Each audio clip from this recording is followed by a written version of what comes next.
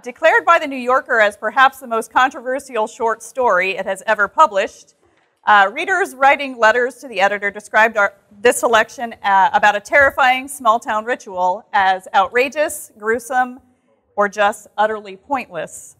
The Lottery by Shirley Jackson will be read by Betsy Crockett. I want to give you guys a little bit, sort of set the scene. It's a small New England town. It's the beginning of summer. Everybody has come to the center of town, to the town square. Mr. Summers, an older man, has a large black box. And all the families are there. And everybody comes up to the black box and they take out a slip of paper. It's generally the head of each family that takes the slip of paper. So where I'm going to start is where everybody has taken the slip of paper. After that, there was a long pause, a breathless pause, until Mr. Summers, holding his slip of paper in the air, said, "All right, fellas." For a moment, no one moved, and then all the slips of paper were opened. Suddenly, all the women began to speak at once, saying, "Who is it? Who's got it? Is it the Dunbars? Is it the Watsons?" Then the voices began to say, "It's Hutchinson. It's Bill. Bill Hutchinson's got it." "Go tell your father," Mrs. Dunbar said to her older son. People began to look around to see the Hutchinsons. Bill Hutchinson was standing quiet, staring down at the paper in his hand. Suddenly, Tessie Hutchinson shouted to Mr. Summers, "You didn't give him time enough to take any paper he wanted. I saw you. It wasn't fair." "Be a good sport, Tessie," Mrs. Delacour said, and Mrs. Graves said, "All of us took the same chance." "Shut up, Tessie," Bill Hutchinson said. "Well, everyone," Mr. Summers said, "that was done pretty fast, and now we've got to be hurrying a little more to getting done in time." He consulted his next list. "Bill," he said, "you draw for the Hutchinson family. You got any other households in the Hutchinsons?" "There's Don and Ava," Mrs. Hutchinson yelled. "Make them take their chance." "Daughters draw with their husband's family, Tessie," Mr. Summers said gently. "You know that as well as anyone else." "It wasn't fair," Tessie said. "I guess not, Joe," Bill Hutchinson said regretfully. "My daughter draws with her husband's family. That's only fair. And I got no other family except the kids." "Then as far as drawing for families is concerned, it's you," Mr. Summers said in explanation. "And as far as drawing for households is concerned, that's you too, right?" "Right," Bill Hutchinson said. "How many kids, Bill?" Mr. Summers asked formally. "3," Bill Hutchinson said. "There's Bill Jr. and Nancy and little Dave and Tessie and me." "All right then," Mr. Summers said. "Harry, you got their tickets back?" Mr. Graves nodded and held up the slips of paper. "Put them in the box then," Mr. Summers directed. "Take Bill's and put it in." "I think we ought to start over," Miss Hutchinson said as quietly as she could. "I tell you it wasn't fair. You didn't give him enough time to choose. Everybody saw that." Mr. Graves selected the 5 slips and put them in the box, and he dropped all the papers but those onto the ground where the breeze caught them and lifted them off. "Listen, everybody," Mrs. Hutchinson was saying to the people around her. "Ready, Bill?" Mr. Summers asked. And Bill Hutchinson, with one quick glance around at his wife and his children, nodded.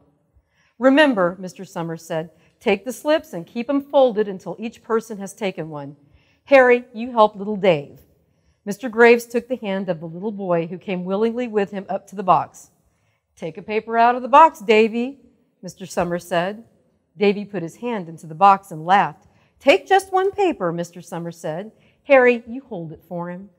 Mr. Graves took the child's hand and removed the folded paper from the tight fist and held it while little Dave stood next to him and looked up at him wonderingly. "Nancy next," Mr. Summers said. Nancy was 12, and her school friends breathed heavily as she went forward, switching her skirt, and took a slip daintily from the box.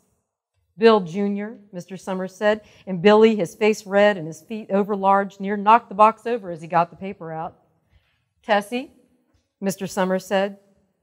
She hesitated for a moment, looking around defiantly, and then set her lips and went up to the box. She snatched the paper and held it behind her. "Bill," Mr. Summers said, and Bill Hutchinson reached into the box and felt around, bringing his hand out at last with a slip of paper in it. The crowd was quiet. A girl whispered, "I hope it's not Nancy," and the sound of the whisper reached the edges of the crowd. "It's not the way it used to be," old man Warner said clearly. "People ain't the way they used to be." "All right," Mr. Summers said. Open the papers. Harry, you open little Dave's. Mr. Graves opened the little slip of paper, and there was a general sigh through the crowd as he held it up, and everyone could see it was blank. Nancy and Bill Jr.'s opened theirs at the same time, and both beamed and laughed, turning around to the crowd and holding their slips of papers above their heads. Tessie, Mr. Summers said.